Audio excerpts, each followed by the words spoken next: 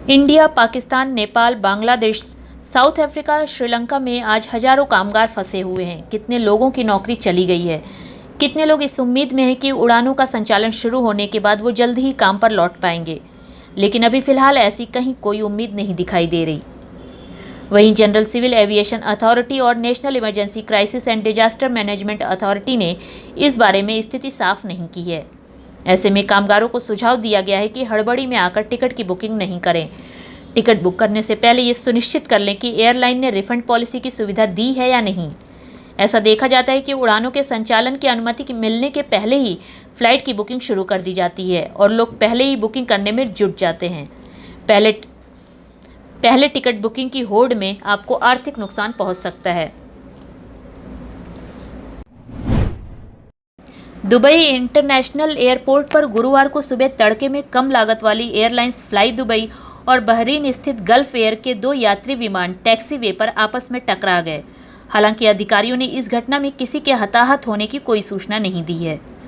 Fly Dubai ने कहा कि किर्गिस्तान की ओर जा रहे उसके बोइंग 737-800 में से एक में कुछ कमी पाई गई, जिसके चलते विमान को तुरंत लौटना पड़ा। यात्रियों ने 6 घंटे के बाद दोबारा से उड़ान भरी। फ्लाई दुबई घटना की जांच के लिए अधिकारियों के साथ काम करेगी। एयरलाइन ने कहा कि टक्कर से विमान का एक विंग टिप क्षतिग्रस्त हो गया है।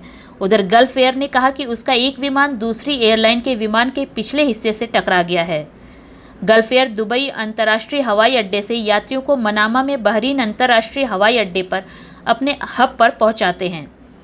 दुबई इंटरनेशनल एयरपोर्ट ने कहा कि टक्कर के कारण उन्हें अपने 2 रनवे में से एक को 2 घंटे के लिए बंद करना पड़ा।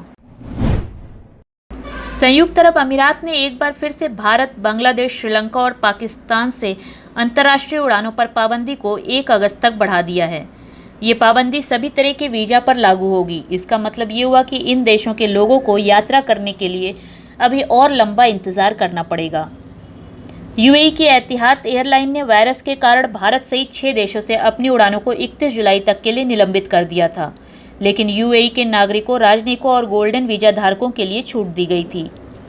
हालांकि एतिहाद एयरलाइंस उड़ानों को फिर से शुरू करने के लिए 31 जुलाई की तारीख निर्धारित की है, लेकिन सरकार की तरफ से अभी तक इस बात की कोई पुष्टि नहीं हुई है।